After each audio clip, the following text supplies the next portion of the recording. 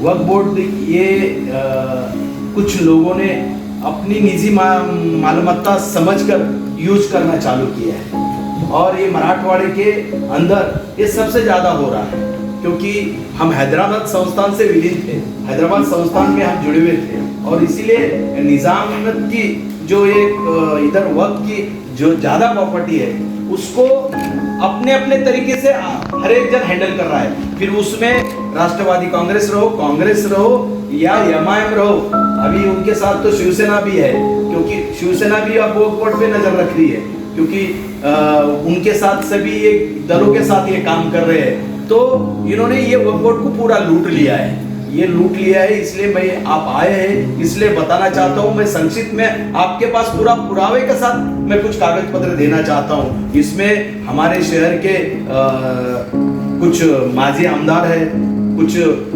यहाँ के मंत्री है, कुछ खासदार है। तो मैं आपसे विनती करता हूँ इनका लहजा नहीं करते हुए ये सब इनके कारनामे मैं आप तक पहुंचाता हूं। उसका मैंने वैसे सेंट्रल को भी दिया है, लेकिन आप योगायोग से आप आए हैं, हमारे लिए बहुत अच्छी बात है। तो आपको मैं आपके इसमें मैं अभी ओरल बता रहा हूं, लेकिन आपको सब लिखे जगह मैं आपको दूंगा। आपने उसके ऊपर सही तरह से कार्रवाई करके इन लोगों को सलाखे के अंदर डालने का काम करें। जनाब अलीफ साहब और डॉक्टर नौशाद राबी और हमारे ज़िला के भाजपा नेता संजय केनेकर जी, जो हमेशा से मैं पिछले 2-3 सालों से देख रहा हूँ, वो हमेशा से हमारी कम्युनिटी के लिए बहुत फ़िक्रमंद रहते हैं और रेगुलर वो बेहतर हो वक्फ बोर्ड में और जो जगह इंक्रोचमेंट है उसके लिए कैसे वापस वक्फ बोर्ड में आए, वो हमेशा हमसे बात करते रहते हैं। मैं उनका भी धन्यवाद करता हूँ। 2014 से जब से नरेंद्र मोदी जी की सरकार आई इस देश में, उन्होंने सबका साथ, सबका विकास, सबका विश्वास के संकल्प के साथ काम करना शुरू किया। सेंट्रल वक्फ काउंसिल पिछले 6 सालों में निरंतर पूरे देश का दौरा कर रही है। मुझे लगता है ये महाराष्ट्र का हमारा दूसरा दौरा है। कैसे महाराष्ट्र वक्फ बोर्ड और बेहतर हो सके, यहाँ की आवाम को फैसिलिटीज़ मिल सके, समाज को सुविधाएं मिल सके, इस सिलसिले में आज हम लोगों का यहाँ महाराष्ट्र का दौरा शुरू हुआ, जो अगले 2-3 दिन तक चलेगा। आज हम लोग महाराष्ट्र वक्फ बोर्ड के सीईओ अनीश शेख साहब के साथ और जो एम्प्लॉई हैं उनके साथ बैठक की। हमने बहुत सारे इश्यूज़ पे चर्चा की। पिछले कुछ दिनों से महाराष्ट्र वक्फ बोर्ड की हमारे पास बहुत सारी कंप्लेनें थीं। लगभग 244 कंप्लेन हमें रिसीव हुई। उसी संज्ञान को लेकर हमने ये दौरा शुरू किया।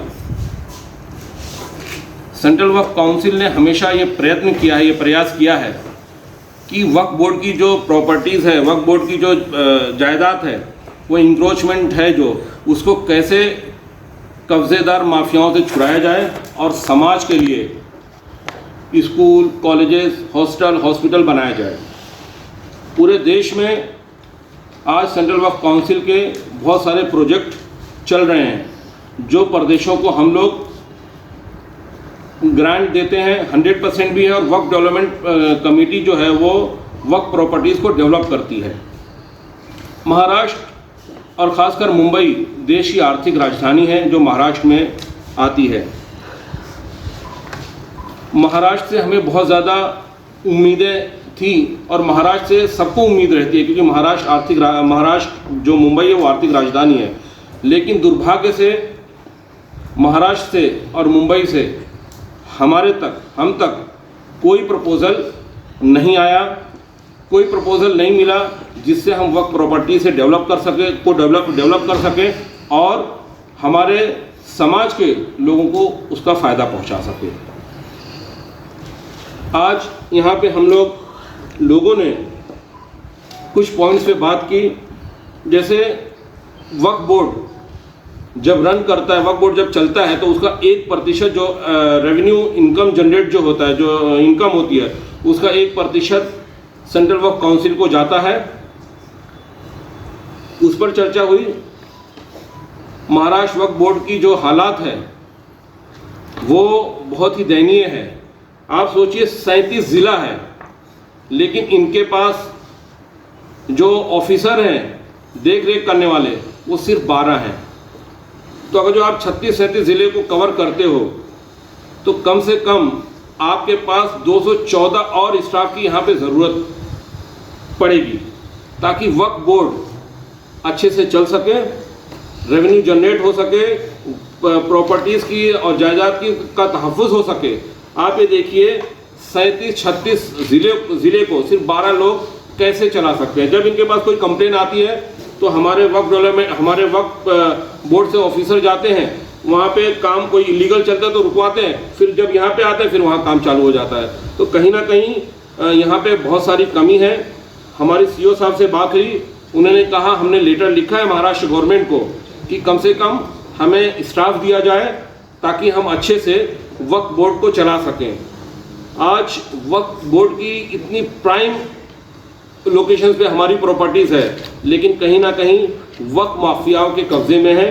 जब हमारा स्टाफ, जब हमारी यहाँ की टीम मजबूत होगी तो कहीं ना कहीं हम उस पर काम कर पाएंगे, हम उसको छुड़ा पाएंगे और समाज के लिए उसको काम में ला पाएंगे।